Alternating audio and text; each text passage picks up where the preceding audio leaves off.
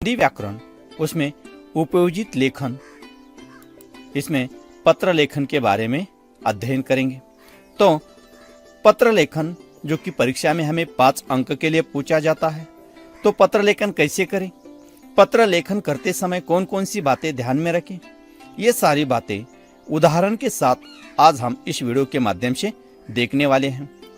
तो सबसे पहले हम जानते हैं, तो पत्र द्वारा हम दूसरों तक अपने विचार विस्तृत रूप में पहुंचा सकते हैं।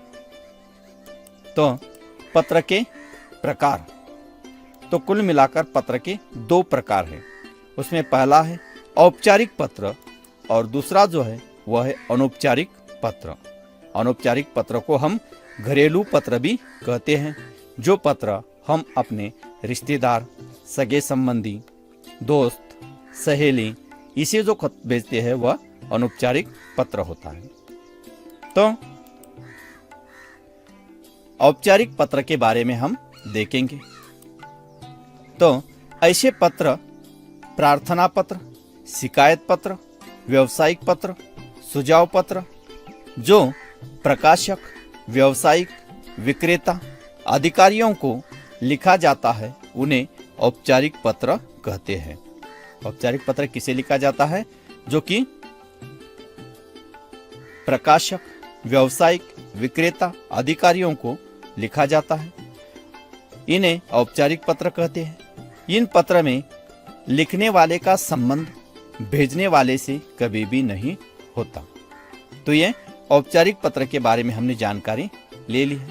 तो औपचारिक पत्र लिखते समय ध्यान में रखने वाली बातें, कौन कौन सी बातें हमें ध्यान में रखनी चाहिए, इसके बारे में हम देखेंगे।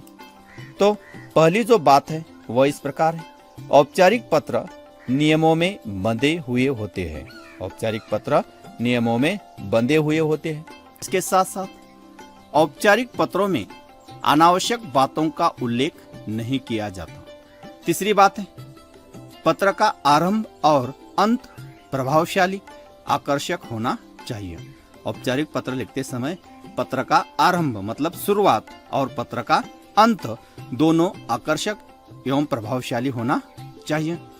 इसके बाद पत्र की जो भाषा है वह पत्र की भाषा सरल एवं स्पष्ट होनी चाहिए। इसके बाद पत्र बाईं तरफ से मार्जिन को जोड़कर लिखे। यह बात ध्यान में रखनी चाहिए कि पत्र बाईं तरफ से मार्जिन को जोड़कर लिखना है। इसके साथ पत्र के अंत में ईमेल आईडी डालनी चाहिए। पत्र के अंत में ईमेल आईडी होना आवश्यक है। इस प्रकार औपचारिक पत्र लिखते समय ध्यान में रखने वाले बातें हमने देख ली हैं। अब देखेंगे औपचारिक पत्र के अंग। औपचारिक पत्र के कौन कौन से अंग हैं? तो उसमें पहला जो अंग है वह है पत्र का प्रारूप। तो पत्र का प्रारूप लिखते समय नाम, पता, पद लिखना जरूरी है। तो यह नाम, पता और पद किसका होता है? जिसे हम खत भेज रहे हैं उसका नाम, पता एवं उसका पद लिखना आवश्यक है। दूसरी बात है विषय। तो जिसके बारे में पत्र लिखना है वह सिर्फ एक वाक्य में विषय लिखना है। वह विषय कितने वाक्य में लिखना है? सिर्फ एक वाक्य में विषय लिखना है। फिर उसके बाद संबोधन। संबोधन में जिसे पत्र लिखा जा रहा है उसके प्रति सम्माननीय शब्द लिखने चाहिए। जिसे हम खत लिख रहे हैं उसके प्रति सम्माननीय शब्द लिखने चाहिए, जैसे कि माननीय, महोदय, श्रीमान। इसमें से एक शब्द लिखना जरूरी है। इसके बाद औपचारिक पत्र के अन्य अंग हम देखेंगे। उसमें विषय का स्पष्टीकरण। तो विषय का स्पष्टीकरण 2 परिच्छेदों में करना जरूरी है, एक ही परिच्छेद में नहीं करना है। पहले परिच्छेद में अपनी समस्या के बारे में लिखें। पहला जो परिच्छेद है, 2 परिच्छेद में हमने विषय का स्पष्टीकरण किया, तो पहले परिच्छेद में समस्या के बारे में लिखना है और दूसरा जो परिच्छेद है उसमें उनसे क्या आपकी अपेक्षा है इसके बारे में आपको लिखना है। इसके साथ साथ अगला जो अंग है वह हस्ताक्षर एवं नाम। विषय का स्पष्टीकरण समाप्त होने के बाद बाईं तरफ भवदीय अथवा भवदीया ये शब्द लिखना है। तो भवदीय कब लिखेंगे? जो लिखने वाला पुल्लिंग है तो भवदीय लिखेंगे, और यदि लिखने वाले स्त्रीलिंग हैं तो वहां भवदीया लिखेंगे। उसके नीचे अपने हस्ताक्षर करें और उसके नीचे पत्र लिखने वाले का नाम और पता लिखना आवश्यक है। पत्र लिखने वाले का नाम और पता लिखना आवश्यक है। फिर प्रेषक का पता, तो बाईं तरफ से प्रेषक का नाम, इलाका, शहर, पिन कोड लिखना जरूरी है। नाम, इलाका मतलब पता, उसका शहर, उनका पिन कोड लिखना आवश्यक है। फिर दिनांक, प्रेषक का पता होने के बाद तारीख लिखनी चाहिए, और सबसे अंत में ईमेल आईडी लिखें। सबसे अंत में ईमेल आईडी बनाकर लिखनी चाहिए। एक उदाहरण हम देखेंगे, तो उदाहरण इस प्रकार है। पुस्तक मांगने के लिए प्रकाशक को लिखा गया पत्र। पुस्तक की मांग करने हेतु पत्र है यह। तो यह पत्र कैसे लिखा जाता है? इसका उत्तर, दिनांक 1 सितंबर 2021, सेवा में प्रबंधक सरस्वती पुस्तकालय लातूर 413512। ये क्या है? पिन कोड है, मतलब जिसे हम खत भेज रहे हैं, प्रबंधक सरस्वती पुस्तकालय लातूर। अब विषय क्या है? पुस्तक मांगने के लिए, यह विषय हो गया। फिर उनके लिए संबोधन है महोदय। फिर आगे लिखेंगे महोदय संबोधन लिखा। फिर उसके बाद निवेदन है कि निम्नलिखित पुस्तकों उचित कमीशन काटकर वीपीपी द्वारा शीघ्र भेजने की कृपा करें। ऐसा लिखने के बाद पुस्तकों का जो यादी है वह हमें देनी है। किताबों के नाम और प्रति, इसमें 1 सुलभ भारती, इसकी 10 प्रतियां। 2 गणित भाग 1 12 प्रतियां, गणित भाग 2 12 प्रतियां, विज्ञान भाग 1 15 प्रतियां, विज्ञान भाग 2 15 प्रतियां, और छठा जो है वह अंग्रेजी, उसकी 18 प्रतियां। तो इस प्रकार किताब और किताबों की प्रतियां यह भेजने के बाद सूचना के लिए लिख रहा हूं कि 2000 रुपए का अग्रिम धनादेश कल भेज रहा हूं। कृपया पुस्तकों की मजबूत पैकिंग का ध्यान रखें। इसके बाद धन्यवाद। अब लिखने वाला लड़का है, इसीलिए भवदीय। अब लिखने वाले का नाम और पता और ईमेल आईडी, तो भवदीय शिवबा हंडे, कक्षा 9वीं अ, सोनाई माध्यमिक विद्यालय गुंजोटी, और ईमेल shioba1234@gmail.com। तो बच्चों, इस प्रकार आज हमने उदाहरण के साथ पत्र लेखन के बारे में जानकारी ले ली है। ऐसे अलग अलग वीडियो देखने के लिए चैनल को सब्सक्राइब कीजिए। धन्यवाद। नमस्कार बच्चों, मैं हूं गंगाधर हंडे, और आज हम इस वीडियो के माध्यम से हिंदी व्याकरण उपयोजित लेखन में विज्ञापन के बारे में जानकारी लेंगे। तो विज्ञापन लिखते समय कौन कौन सी बातें ध्यान में रखनी चाहिए, विज्ञापन कैसे लिखा जाता है, और विज्ञापन के लिए कितने अंक हैं, यह हम उदाहरण के साथ इस वीडियो के माध्यम से देखने वाले हैं। तो विज्ञापन परीक्षा में हमें 5 अंक के लिए पूछा जाता है। तो बच्चों, आज का युग विज्ञान क्रांति का युग है। पैसा, सुविधाएं, मनोरंजन, वस्तु आदि के लिए विज्ञापन का उपयोग किया जाता है। इसके साथ साथ सरकारी, निम्न सरकारी, औद्योगिक उद्योगों की सूचनाओं से लेकर संवाद, नाटक, सिनेमा आदि की जानकारी विज्ञापन से हमें मिलती है। तो विज्ञापन का उद्देश्य क्या है, किस कारण विज्ञापन बनाए जाते हैं? तो विज्ञापन का पहला जो उद्देश्य है वह है किसी उत्पादित वस्तु की बिक्री बढ़ाने के लिए विज्ञापन किया जाता है। इसके साथ साथ सरकारी अथवा निम्न सरकारी अभियान को गति देने के लिए भी विज्ञापन किया जाता है। लोगों की किसी वस्तु या चीज को खरीदने के संबंध में जागरूक करने के लिए विज्ञापन किया जाता है। इसके साथ साथ नए विचार तथा नई वस्तुओं के बारे में लोगों को अवगत कराने हेतु विज्ञापन किया जाता है और इसके साथ साथ उत्पादित वस्तुओं को बाजार में स्थापित करने के लिए विज्ञापन किया जाता है। तो बच्चों, विज्ञापन की भाषा शैली कैसी होनी चाहिए जिसके कारण हम अधिक अंक प्राप्त कर सकें। तो विज्ञापन की जो भाषा शैली है वह विज्ञापन की भाषा शैली जनमानस होनी चाहिए। विज्ञापन की भाषा शैली कैसी होनी चाहिए? जनमानस होनी चाहिए। इसके साथ साथ विज्ञापन की भाषा सरल और स्वाभाविक होनी चाहिए और विज्ञापन छोटा एवं आकर्षक होना चाहिए। तो विज्ञापन का वर्गीकरण किस प्रकार किया जाता है यह अब हम देखेंगे। तो आवश्यकता, तो सिक्योरिटी गार्ड, विक्रेता, सेल्समैन, सेल्स गर्ल, ड्राइवर, इसकी आवश्यकता है, इस कारण विज्ञापन किया जाता है। इसके साथ साथ उपलब्धि, तो उपलब्धि में मशीन, स्टेशनरी, कपड़े या घरेलू वस्तुएं, इसकी उपलब्धि के बारे में भी विज्ञापन किया जाता है। इसके साथ साथ शैक्षणिक क्षेत्रों में भी विज्ञापन किया जाता है।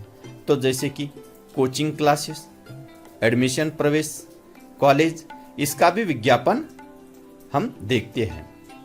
तो कई बार YouTube पे हम जब वीडियो देखते हैं तो अलग अलग कोचिंग क्लासेस के विज्ञापन हमें दिखाई देते हैं। इसके साथ साथ व्यापार संबंधी भी विज्ञापन किए जाते हैं। तो व्यापार संबंधी में दुकान, उपकरण, मकान, स्कूटर, मशीन आदि संबंधी विज्ञापन किया जाता है। इसके साथ साथ वैयक्तिक में किसी की जयंती हो, भूमि पूजन हो, गृह प्रवेश हो या श्रद्धांजलि के लिए भी विज्ञापन किया जाता है। मनोरंजन संबंधी विज्ञापन में सिनेमा, व्याख्यानमाला, परिसंवाद या मनोरंजन संबंधी विज्ञापन आते हैं। इसके साथ साथ शासकीय, निम्न शासकीय, निविदा सूचना या आमंत्रण के लिए भी विज्ञापन किया जाता है। तो बच्चों, एक उदाहरण के माध्यम से हम देखेंगे कि विज्ञापन किस प्रकार होता है। खुशखबर, खुशखबर, क्या आपके दांत पीले हैं? क्या आपके दांत हिलते हैं? बस बस आजमाकर आज ही देख लीजिए दांतों को सुदृढ़ बनाने वाला। आजमाकर आज ही देख लीजिए दांतों को सुदृढ़ बनाने वाला दंतिक मित्र सभी मेडिकल स्टोर में उपलब्ध और इसकी कीमत है 99 रुपए। इसकी कीमत है 99 रुपए। तो इस प्रकार हम विज्ञापन बना सकते हैं। विज्ञापन कम शब्द में हो, आकर्षक हो, भाषा सरल एवं स्वाभाविक हो, तो इस प्रकार विज्ञापन हम तैयार कर सकते हैं। ऐसे अलग अलग वीडियो देखने के लिए चैनल को सब्सक्राइब कीजिए। धन्यवाद। नमस्कार बच्चों, तो आज हम इस वीडियो के माध्यम से हिंदी व्याकरण, कहानी लेखन, इसके बारे में अध्ययन करेंगे। यह कहानी लेखन सभी कक्षा के लिए उपयुक्त है। तो सबसे पहले कहानी लिखते समय किन बातों को ध्यान में रखना चाहिए यह हम देखेंगे। तो इसमें सबसे पहले बात जो है वह है रूपरेखा। तो इसमें कहानी लिखने से पहले पूरी रूपरेखा 2 या 3 बार पढ़ लेनी चाहिए, ताकि रूपरेखा पढ़ लेने से कहानी पूरी तरह से भली भांति समझ में आ जाएगी। तो कहानी लिखते समय कहानी की जो रूपरेखा है वह हमें ध्यान से 2 या 3 बार पढ़ लेनी चाहिए। इसके बाद दूसरी जो बात है वह है वर्णन। तो कहानी लिखते समय कहानी में जो घटना है, स्थान है, पात्र या दृश्य इनका वर्णन करते समय सभी पात्रों को नाम देने चाहिए। घटना जैसे कि एक आध गांव या एक आध व्यक्ति का नाम कहानी रूपरेखा में नहीं दिया होता, लेकिन जब हम कहानी लिखते हैं तो उस वक्त उस पात्रों को हमें नाम देना चाहिए। तीसरी बात है वार्तालाप या संवाद। तो कहानी या पात्रों के बीच वार्तालाप या संवाद होनी चाहिए, और यह जो संवाद है यह संवाद बड़े ही स्वाभाविक, छोटे एवं स्पष्ट होने चाहिए। ऐसी अलग अलग वीडियो देखने के लिए YouTube पे गंगाधर हंडे शैक्षणिक वीडियो इस चैनल पे जाके आप अलग अलग वीडियो देख सकते हैं। चौथी जो बात है वह है परिच्छेदों में विभाजन। तो कहानी लिखते समय जो हम कहानी की शुरुआत करते हैं तो शुरुआत करने के बाद कहानी 3 या 4 परिच्छेदों में लिखना आवश्यक है। कहानी अलग विषय अलग परिच्छेद, ऐसे 3 या 4 परिच्छेदों में कहानी का विभाजन हमें करना है। इसके बाद 5वां जो मुद्दा है वह है भाषा शैली। तो कहानी की भाषा शैली सरल, स्वाभाविक, प्रवाहमयी होनी चाहिए। इसके साथ साथ कहानी अधिक अच्छी दिखे, इसीलिए उसमें मुहावरों या कहावतों का उचित प्रयोग करने से कहानी में सजीवता आ जाती है। कहानी में मुहावरे एवं कहावतों का हम प्रयोग करके कहानी की शोभा हम बढ़ा सकते हैं। इसके बाद छठा जो है वह है प्रारंभ और अंत। तो कहानी का प्रारंभ और अंत दोनों संक्षिप्त, रोचक एवं भावपूर्ण होने चाहिए। इसके बाद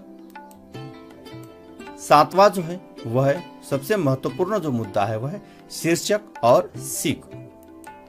तो कहानी का शीर्षक कथा वस्तु संबंधित तथा संक्षिप्त, रोचक होना चाहिए। शीर्षक 2 या 3 शब्दों का ही होना चाहिए। बहुत बड़ा शीर्षक या एकाध वाक्य का शीर्षक नहीं होना चाहिए। उसी प्रकार कहानी से मिलने वाली सीख वह भी भावपूर्ण होनी चाहिए, और ये जो सीख है यह सीख 1 या 1.5 पंक्ति में होनी चाहिए, मतलब 1 या 2 वाक्यों में ही सीख होनी चाहिए। तो इस प्रकार कहानी लिखते समय इन बातों का हमें ध्यान रखना चाहिए। उदाहरण हम देखेंगे। निम्नलिखित प्रसंग चित्र के आधार पर कहानी लिखकर उसे उचित शीर्षक और सीख दीजिए। तो कहानी लेखन जो है यह परीक्षा में हमें 5 अंक के लिए पूछा जाता है। इसमें कहानी का शीर्षक जो है अंक विभाजन इस प्रकार है। शीर्षक के लिए 1 अंक, सीख के लिए 1 अंक, और जो कहानी का हम विस्तार करते हैं उसके लिए 3 अंक। इस प्रकार 5 अंकों का विभाजन है।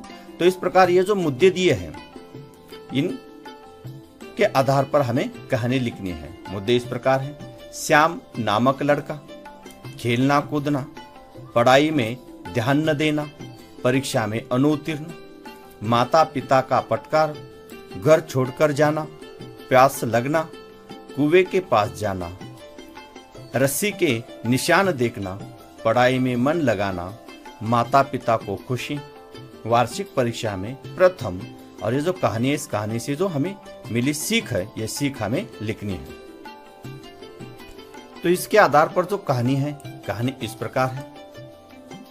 कहानी का जो शीर्षक है वह है रस्सी के निशान या मेहनत का फल। ऐसा भी आप अलग अलग शीर्षक लिख सकते हैं। शीर्षक के लिए 1 अंक, कहानी का विस्तार के लिए 3 अंक और सीख के लिए 1 अंक। तो कहानी का विस्तार इस प्रकार होगा। श्याम नाम का एक लड़का था। उसकी बहन सीता सुशील और पढ़ाई में होशियार थी, परंतु श्याम को खेल कूद और शरारतें के सिवा कुछ भी सूझता नहीं था। पढ़ाई में तो उसका मन ही नहीं लगता था। वह पढ़ता तो भी उसे कुछ याद नहीं रहता था। इस प्रकार पहला परिच्छेद हो गया। अब दूसरे परिच्छेद में पढ़ाई न करने के कारण वह परीक्षा में बुरी तरह अनुत्तीर्ण हो गया। परीक्षा फल उसके माता पिता देखकर बहुत नाराज हो गए और श्याम को उन्होंने कड़ी फटकार लगाई। इससे दुखी होकर श्याम ने घर छोड़कर कहीं दूर जाने का निश्चय किया। श्याम रास्ते में चल रहा था। रास्ते में उसे एक कुआं दिखा। कुछ औरतें कुएं पर पानी भर रही थी। श्याम को प्यास लगी थी, इसलिए वह कुएं के पास जाकर उसने पीने के लिए पानी मांगा। अचानक पानी पीते समय उसकी नजर दीवार पर चल गई। उस दीवार पर निशान बने हुए देख थे। तभी श्याम ने एक महिला से पूछा, चाची, ये निशान किसके हैं? महिला ने बताया, बेटा, ये निशान रस्सी के घिसने से बनते हैं। रस्सी के बार बार घिसने से यह निशान बने हैं। उस महिला की बात से श्याम के दिमाग में बिजली सी चमक गई। जिस प्रकार यह हम एक काव्य पंक्तियां भी लिख सकती है। करत करत अभ्यास जड़मती होत सुजान, रसरी आवत जात सिल पर होत निशान। करत करत अभ्यास जड़मती होत सुजान, रसरी आवत जात सिल पर होत निशान। ऐसी आप काव्य पंक्तियां भी लिख सकते हैं। इसके बाद उसने सोचा कि जब रस्सी के बार बार पीसने से पत्थर पर निशान बन जाते हैं तो बार बार पढ़ाई करने से मुझे पाठ याद हो सकता है। ऐसा सोचकर श्याम घर वापस आ गया और पढ़ाई करने लगा।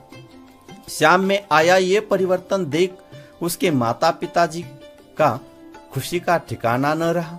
श्याम वार्षिक परीक्षा में प्रथम श्रेणी में उत्तीर्ण हो गया। इस प्रकार कहानी का हम विस्तार कर सकते हैं। और कहानी से जो मिलने वाली सीख है, सीख इस प्रकार है, मेहनत और लगन से जटिल काम में भी सफलता मिलती है। तो इस प्रकार सीख एक वाक्य में हमने लिखी है। तो इस प्रकार हम कहानी लेखन कर सकते हैं। कहानी लिखते समय कौन कौन सी बातें ध्यान में रखनी चाहिए, किस प्रकार कहानी लिखनी चाहिए, ये हमने ध्यान में लिया है। ऐसे अलग अलग वीडियो देखने के लिए चैनल पे जाके देख लीजिए। धन्यवाद। नमस्कार छात्रों, आप सभी का इस चैनल पे हार्दिक स्वागत है। मैं हूं गंगाधर हंडे और आज हम इस वीडियो के माध्यम से उपयोजित लेखन में वृत्तांत लेखन के बारे में उदाहरण के साथ इस वीडियो के माध्यम से अध्ययन करने वाले हैं। तो ये जो वृत्तांत लेखन है, ये वृत्तांत लेखन परीक्षा में हमें 5 अंक के लिए पूछा जाता है। तो इस वीडियो के माध्यम से वृत्तांत लेखन का अर्थ, वृत्तांत लेखन करते समय कौन कौन सी बातें ध्यान में रखनी चाहिए, इसके साथ साथ एक उदाहरण के माध्यम से हम वृत्तांत लेखन देखेंगे। तो सबसे पहले जानते हैं वृत्तांत लेखन का अर्थ। तो किसी घटना या अवसर का सटीक एवं विस्तार पूर्वक वर्णन करना, उसे हम वृत्तांत लेखन कहते हैं। किसी घटना या अवसर का सटीक एवं विस्तार पूर्वक वर्णन करना। तो वृत्तांत लेखन में ध्यान में रखने वाली बातें, तो वृत्तांत लेखन करते समय कौन कौन सी बातें हमें ध्यान में रखनी चाहिए, उसमें पहली जो बात है वह है वृत्तांत लेखन को दिए गया विषय जो है उस विषय की कच्ची रूपरेखा घटनाक्रम अनुसार तैयार कीजिए। जिस विषय पर हम वृत्तांत लेखन कर रहे हैं उसकी कच्ची रूपरेखा घटनाक्रम के अनुसार तैयार करनी चाहिए। दूसरी बात है वृत्तांत लेखन में महत्वपूर्ण बातों का समावेश करें। तीसरी है वृत्तांत लेखन करते समय स्थान मतलब जगह, तिथि, समय, इसका उल्लेख करना चाहिए। इसके बाद चौथी जो बात है वह है वृत्तांत लेखन करते समय घटनाक्रम अनुसार छोटे छोटे परिच्छेद डालने चाहिए। परिच्छेद में लिखना आवश्यक है। इसके बाद अगली बात है वृत्तांत लेखन करते समय अतिशयोक्ति नहीं होनी चाहिए। इसके साथ साथ वृत्तांत लेखन सत्य घटना पर आधारित होनी चाहिए। और आखिरी जो बात है वह है वृत्तांत लेखन में घटना के अनुसार एक आकर्षक शीर्षक देना जरूरी है। जिस घटना पर हम वृत्तांत लेखन कर रहे हैं उस घटना के अनुसार एक आकर्षक शीर्षक हमें देना चाहिए। तो एक उदाहरण हम देखेंगे। तो परीक्षा में प्रश्न ऐसा पूछा जाता है, सोनाई विद्यालय में मनाए गए वन महोत्सव का वृत्तांत लिखिए। तो ये जो विषय आया है, इस विषय पर हमें वृत्तांत लेखन करना है। तो उसका शीर्षक आएगा सोनाई विद्यालय में वन महोत्सव आयोजन। सोनाई विद्यालय में वन महोत्सव का आयोजन। तो वृत्तांत लेखन इस प्रकार होगा। गुंजोटी 5 सितंबर 2021 आज सोनाई माध्यमिक विद्यालय में वन महोत्सव का भव्य आयोजन किया गया। समारोह के अध्यक्ष माननीय श्री शुभम जी भोसले साहब थे। इस अवसर पर भारी संख्या में लोग उपस्थित थे। इसके बाद दूसरा जो परिच्छेद है वह इस प्रकार है। विद्यालय के प्रधानाचार्य श्री रोहित हंडे सर ने अध्यक्ष महोदय का स्वागत किया। अध्यक्ष महोदय जी ने वनों के महत्व बताए। इस अवसर पर विद्यार्थी प्रतिनिधि हर्षदा ने पेड़ हमारे साथी यह कविता पढ़ी। इसके बाद अगला जो परिच्छेद है वह इस प्रकार होगा। इस अवसर पर विद्यालय के परिसर में अनेक वृक्ष लगाए गए। अंत में विद्यालय के वरिष्ठ प्रतिनिधि गिरिधर ने अध्यक्ष महोदय तथा उपस्थित महानुभाव के प्रति अपने आभार व्यक्त किया। इस प्रकार वन महोत्सव समाप्त हुआ। तो इस प्रकार सोनाई माध्यमिक विद्यालय में मनाए गए वन महोत्सव का वृत्तांत हम लिख सकते हैं। तो बच्चों, इस प्रकार उपयोजित लेखन में वृत्तांत लेखन के बारे में हमने जानकारी ले ली है। ऐसे अलग अलग वीडियो देखने के लिए चैनल को सब्सक्राइब कीजिए। धन्यवाद। नमस्कार छात्रों, आप सभी का इस चैनल पर हार्दिक स्वागत है। मैं हूं गंगाधर हंडे और आज हम इस वीडियो के माध्यम से हिंदी व्याकरण, उसमें उपयोजित लेखन पर आधारित आज हम गद्य आकलन के बारे में जानकारी लेंगे। जो गद्य आकलन परीक्षा में हमें 4 अंक के लिए पूछा जाता है। तो गद्य आकलन में अच्छे अंक मिले, इसीलिए हमें क्या करना चाहिए, कौन कौन सी बातें ध्यान में रखनी चाहिए, इसके बारे में इस वीडियो के माध्यम से हम देखने वाले हैं। सबसे पहले जानते हैं गद्य आकलन का हेतु क्या है। तो पुनर्रचित पाठ्यक्रम में अपठित आकलन के माध्यम से छात्रों में विषय वस्तु का आकलन होना, निश्चित उत्तर सरल हिंदी में देने की क्षमता आजमाना आदि गुण छात्रों में बढ़ाना, यही हेतु इस गद्य आकलन का है।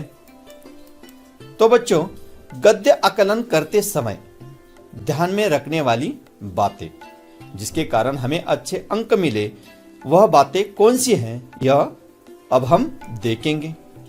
तो उसमें पहली जो बात है वह इस प्रकार है। प्रश्न तैयार करने के लिए गद्य खंड को पहले अच्छी तरह से पढ़ ले। जो हमें परीक्षा में गद्य खंड दिया जाता है उस पर आधारित हमें प्रश्न तैयार करने हैं। तो प्रश्न तैयार करने से पहले जो दिया गया जो गद्य खंड है वह गद्य खंड हमें 1-2 बार ध्यान से पढ़ लेना चाहिए। फिर दूसरी जो बात है वह है, तो दूसरी बात यह है कि प्रश्न ऐसे हो जिसके जवाब परिच्छेद में ही होने चाहिए। जो हमने प्रश्न तैयार किया है उस प्रश्न का उत्तर जो है वह उत्तर परिच्छेद में होना आवश्यक है। तीसरी बात, प्रश्न ऐसे हो जिसके उत्तर एक वाक्य में ही हो। तो हमें प्रश्न ऐसे तैयार करने हैं जिस प्रश्न के उत्तर एक वाक्य में ही होने चाहिए। अगली बात है, प्रश्न सरल और स्पष्ट होने चाहिए। संदिग्ध प्रश्न नहीं चलेंगे, प्रश्न सरल एवं स्पष्ट होने चाहिए। 5वीं बात है, आकलन में प्रश्न तैयार करने के बाद प्रश्न के अंत में प्रश्न चिन्ह देना जरूरी है। यह बात महत्वपूर्ण है। कई बार छात्र प्रश्न तैयार करते हैं लेकिन अंत में यह जो प्रश्न चिन्ह है यह प्रश्न चिन्ह लगाना भूल जाते हैं। तो यह अंत में प्रश्न हमने तैयार करने के बाद अंत में प्रश्न चिन्ह देना आवश्यक है। और आखिरी जो बात है वह है, आकलन में सिर्फ प्रश्न तैयार करने चाहिए। आकलन में हमें सिर्फ प्रश्न तैयार करने हैं, उसके उत्तर लिखने की आवश्यकता नहीं है। कई बार छात्र उत्तर लिखते हैं तो उत्तर लिखने की आवश्यकता नहीं है, सिर्फ हमें प्रश्न तैयार करनी चाहिए। उदाहरण के तौर पर हम एक देखेंगे, निम्नलिखित परिचित पढ़कर प्रश्न तैयार कीजिए। तो यहाँ एक परिचय दिया गया है। तो ये जो परिच्छेद है, इस परिच्छेद के आधार पर हम प्रश्न तैयार करेंगे। तो ये जो परिच्छेद है, ये परिच्छेद छात्र वीडियो स्टॉप करके पढ़ लीजिए। इस पर आधारित जो प्रश्न है वह इस प्रकार है। उसमें पहला जो प्रश्न है वह इस प्रकार है, अच्छे नागरिक का कर्तव्य क्या है? अच्छे नागरिक का कर्तव्य क्या है? देखिए, मैंने प्रश्न तैयार किया है और अंत में प्रश्न चिन्ह का इस्तेमाल किया है। तो ऐसे अंत में प्रश्न चिन्ह का इस्तेमाल हमें करना है। इसके बाद दूसरा जो प्रश्न है वह इस प्रकार है, नागरिक का प्रथम कर्तव्य क्या होता है? नागरिक का प्रथम कर्तव्य क्या होता है? तीसरा जो प्रश्न है वह इस प्रकार है, नागरिक को किसका समर्थन करना चाहिए? नागरिक को किसका समर्थन करना चाहिए? इसके बाद अगला जो प्रश्न है वह है, नागरिक को किसमें अभिरुचि होनी चाहिए? नागरिक को किसमें अभिरुचि होनी चाहिए? और पांचवा जो प्रश्न है वह इस प्रकार है, नागरिक को किसके बढ़ावे के लिए रोक लगानी चाहिए? तो परीक्षा में हमें 4 प्रश्न तैयार करने हैं। यहाँ मैंने 5 प्रश्न तैयार किए हैं। तो परीक्षा में हमें कितने प्रश्न तैयार करने हैं? 4 प्रश्न तैयार करने हैं। तो इस प्रकार गद्य आकलन में हम अच्छे अंक प्राप्त कर सकते हैं। ये जो सारी बातें हैं, ये बातें आप ध्यान में रखिए। ऐसे अलग अलग वीडियो देखने के लिए चैनल को सब्सक्राइब कीजिए। धन्यवाद। नमस्कार छात्रों, और आज हम इस वीडियो के माध्यम से हिंदी व्याकरण, उपयोजित लेखन, उसमें निबंध लेखन, इसके बारे में अध्ययन करने वाले हैं। तो ये जो निबंध लेखन है, ये निबंध लेखन परीक्षा में हमें 7 अंक के लिए आता है और उपयोजित लेखन का यह महत्वपूर्ण भाग है। तो निबंध लेखन तो कक्षा 10वीं, इसके साथ साथ कक्षा 9वीं के हिंदी के प्रश्न पत्र में निबंध का प्रश्न अनिवार्य होता है। इसमें 4 विषय दिए जाते हैं। निबंध का जो प्रश्न होता है, उस प्रश्न में हमें 4 विषय दिए जाते हैं, जिनमें से किसी एक विषय पर, जिनमें से जो 4 विषय दिए हैं, उनमें से किसी एक विषय पर लगभग 150 से 200 शब्दों में एक निबंध लिखने के लिए कहा जाता है। तो छात्रों को जो 4 विषय दिए गए हैं, वह 4 विषय ध्यान से पढ़ना है और उसमें से कौन से विषय पर हम अच्छा लिख सकते हैं, वही विषय चयन करना है। निबंध के प्रकार, निबंध के प्रकार के बारे में हम जानकारी लेंगे। तो निबंध के कुल मिलाकर 5 प्रकार है। उसमें पहला है विचारात्मक निबंध। निबंध का दूसरा भेद है कल्पनात्मक निबंध। निबंध का तीसरा भेद है विवरणात्मक निबंध। निबंध का चौथा जो भेद है वह है आत्मकथनात्मक निबंध। और निबंध का 5वां एवं अंतिम जो भेद है वह है वर्णनात्मक निबंध। इस प्रकार निबंध के 5 भेद हैं। तो ये जो निबंध हमें 7 अंक के लिए जो है उसका अंक विभाजन, निबंध के लिए जो अंक होते हैं उसका अंक विभाजन, तो उसमें प्रारंभ जो है उसके लिए 1 अंक होता है। निबंध की जो शुरुआत हम करते हैं, किस प्रकार किया है, वह उसके लिए 1 अंक।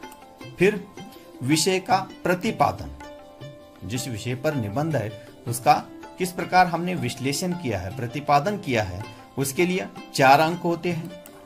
फिर भाषा की शुद्धता एवं वर्ण विन्यास, उसके लिए 1 अंक। और उपसंहार, उसके लिए 1 अंक। ऐसे कुल मिलाकर निबंध 7 अंक के लिए होता है। तो ये जो 7 अंक है, वह 7 अंकों में से अच्छे अंक मिले, इसीलिए कौन सी बातें ध्यान में रखनी चाहिए अच्छे अंक पाने के लिए, वह हम देखेंगे।